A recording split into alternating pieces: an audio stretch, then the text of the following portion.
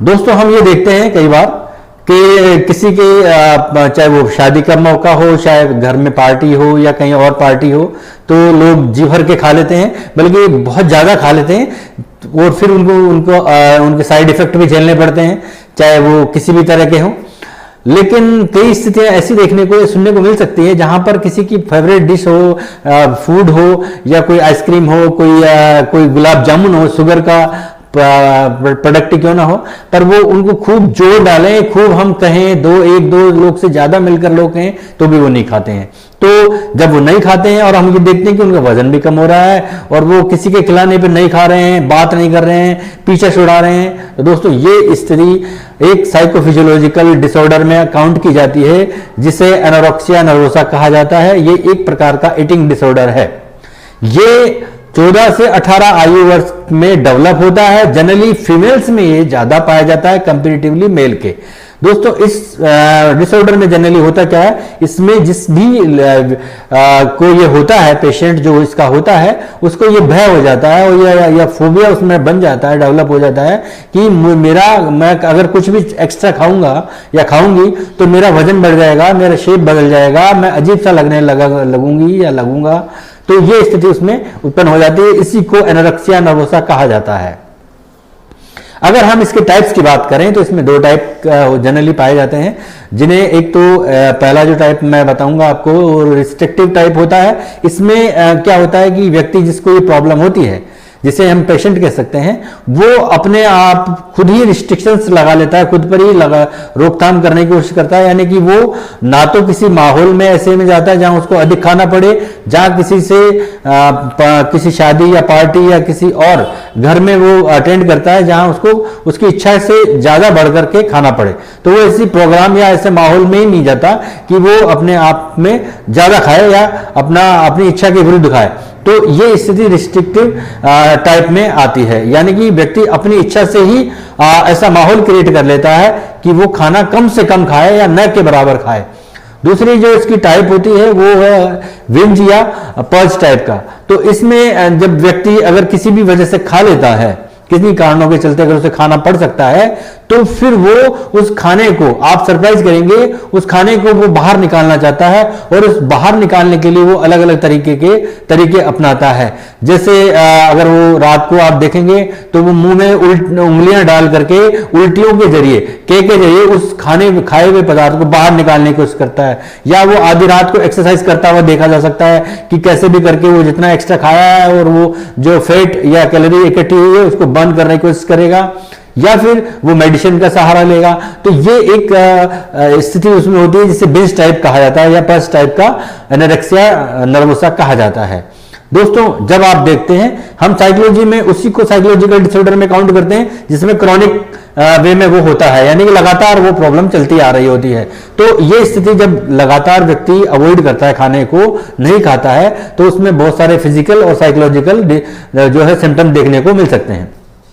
अगर हम physical symptoms की बात करें तो जब खाना लगातार व्यक्ति नहीं खाएगा या नहीं खाएगी, जनरली फीमेल्स नहीं खाती हैं, तो कंपेरेटिवली उनमें ज्यादा पाया जाता है। तो जब वो कोई भी पेशेंट इसको नहीं खाएगा या खाएगी, तो उसमें क्या क्या फिजिकल सिम्टम्स होंगे, उसमें थकान की अनुभव होगी, उसके जो है ब्लड सेल्स में जो काउंटिंग्स जितनी प्रॉपर होनी चाहिए वो नहीं रह पाएगी, उसमें थकान हो जाएगी, उसमें नींद नहीं आएगी, उसमें उसकी जो स्किन है वो पीली पड़ जाएगी। और अगर फीमेल्स में अगर ये प्रॉब्लम है, जनरली ज्यादा पाई जाती है, तो उनमें जो है उनका जो मेंस्ट्रुअल साइकिल है वो गड़बड़ा जाएगा, वो 2-3 महीने का गैप देकर आएगा।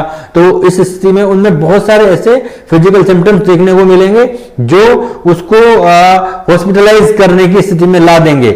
या फिर मैं ये कहूं कि कई केसेस तो ऐसे भी होते हैं जहां डेथ की स्थिति भी हो सकती है।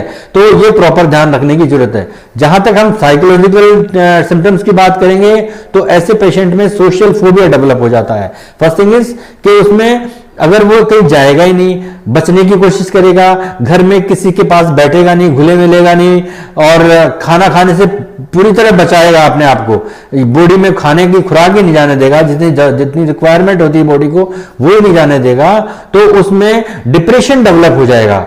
डिप्रेशन की वजह से उसमें और बहुत सारे साइकोलॉजिकल डिसऑर्डर डेवलप हो सकते हैं। तो इस तरह उसमें साइकोलॉजिकल सिम्टम्स देखने को मिल सकते हैं, जिसमें ओसीडी भी हो सकता है, डिप्रेशन तो हो ही सकता है, और इसके अलावा जो है वो बहुत सारे नींद नहीं आना, थकान होना, ये सब भी उसमें धीरे धीरे देखने को मिलेगा। तो ये सब चीजें उसमें उसके जो है सिम्टम्स में देखने को मिल सकती है।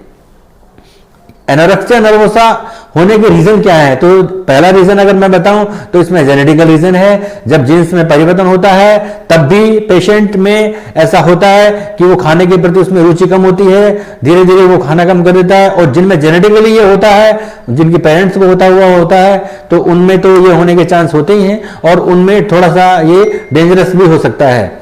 एनवायरमेंटल रीजन की अगर हम बात करें तो एनवायरमेंटल रीजन ऐसा है कि आजकल का माहौल ऐसा हो गया, मीडिया सिनेमा जगत ऐसा हो गया कि व्यक्ति देखता है अपने फेवरेट एक्टर या एक्ट्रेस को, तो वो वैसा ही होना चाहता है, वैसा ही बनना चाहता है, वैसा ही दिखना चाहता है। तो इसके चलते वो खाने पर पूरी तरह जो है लगाम लगा लेने की कोशिश करता है, और इस लगाम लगाने के चलते, यानी कि पूरी तरह खाने को कंट्रोल्ड कंडीशन में लाने के चलते वो अपनी बॉडी की मिनिमम रिक्वायरमेंट को भी पूरा नहीं कर पाता, जिसके चलते उसको बहुत लॉसेस होते हैं।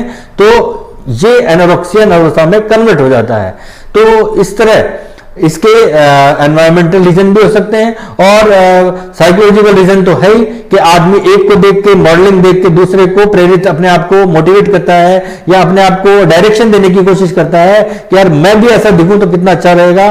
और इसके देखते देखते वो एक बीमारी का, एक डिसऑर्डर का रूप ले लेती है, और वो खाना न के बराबर लेता है या मिनिमम से मिनिमम कम लेता है, यहां तक कि वो अपने वजन से भी कम वजन उसका हो जाता है, जो 15% लेस हो जाता है। मतलब उसके वजन का जो नॉर्मल वजन है उससे भी 15% वजन कम होना, मतलब डेंजरस लेवल पे चले जाना।